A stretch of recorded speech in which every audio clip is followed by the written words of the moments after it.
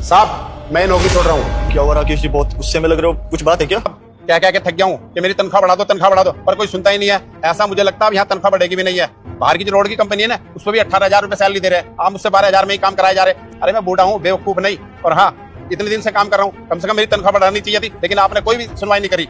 अब मैं जा रहा हूँ। हेलो बुड्ढे, तेरा ज्यादा नहीं हो रहा? तू क्या यहाँ पे नौकरी छोड़ के जाएगा? हम तुझे नौकरी से निकालते हैं। अपने बॉस से कोई इस तरीके से बात करता है? तमीज नहीं है बिल्कुल भी बात करने की। चिल्लाया जा रहा है फालतू। अब तू इस जॉब से निकाला ही जाएगा। स्वयं इसको ना जॉब से निकालो। शताक्षी, आप ऐसे बदतमीज से बात मत करो, इनसे मैं बात करता हूँ। राकेश जी, अगर आपने ठान ही लिया है नौकरी छोड़ने का तो ठीक है, आप मेरे ऑफिस आ जाओ, अपना हिसाब किताब कर लेना। बैठिए। नहीं साहब, मैं यहाँ बैठने नहीं आया। आप ऐसा करो, मेरा हिसाब कर दो। राकेश जी, आप बैठे ना, बैठकर बात करते हैं। राकेश जी, मुझे डिटेल में बताइए, आखिर बात क्या, आप क्यों एकदम से नौकरी छोड़ने की बातें कर रहे हो? तुम्हारे पास 4-5 साल हो गए मुझे नौकरी करते हुए। वो तनख्वाह बढ़वाने के लिए ना भीख सी मांगनी पड़ती है। मैंने कई बार साहब आपसे कहा कि मेरी तनख्वाह बढ़ा दो, लेकिन आपने मेरी एक बार भी नहीं सुनी। साहब 12,000 में कुछ भी नहीं होता है। जब मैं मंथ के आखिर में ना अपने घर 10,000 रुपये भेजता हूँ तो वो भी कहते हैं कि इतनी महंगाई में 10,000 में गुजारा नहीं होता। अब तुम ही बताओ साहब, तो मैं कैसे नौकरी करूँ? और साहब बाहर रोड वाली कंपनी 18,000 रुपये दे रही है, तो मैं वहीं जाकर के नौकरी करूंगा ना, 12,000 में क्यों करूंगा? आप ही अंकल जी, क्या हुआ? काफी देर से हम आपको देख रहे हैं, आप परेशान से लग रहे हो।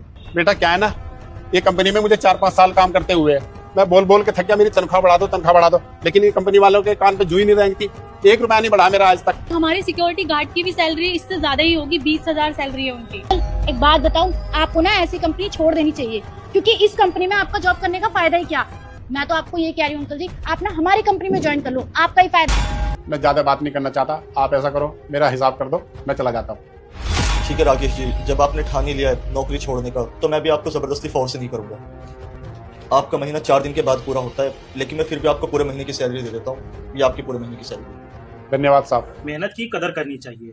गार्ड ने अपना काम ईमानदारी से किया, पर उसकी सैलरी बढ़ाने की बात को इग्नोर कर दिया गया। अगर एम्प्लॉयर अपने एम्प्लॉइयों की बात को टाइम पे समझे तो एम्प्लॉइयों को उनकी कंपनी छोड़ने की जरूरत नहीं पड़ेगी। एम्प्लॉयर के लिए सबक ये है कि अगर कंपनी अपने एम्प्लॉइयों की कदर नहीं करेगा तो जो लॉयल एम्प्लॉय हैं वो कंपनियां को छोड़ देंगे, इससे कंपनी को ही लॉस। मतलब साफ है कि हर एम्प्लॉय की इज्जत और उनके सैलरी की हमेशा ध्यान रखना चाहिए। जाने से पहले आप ये अपनी अमानत लेते जाइएगा।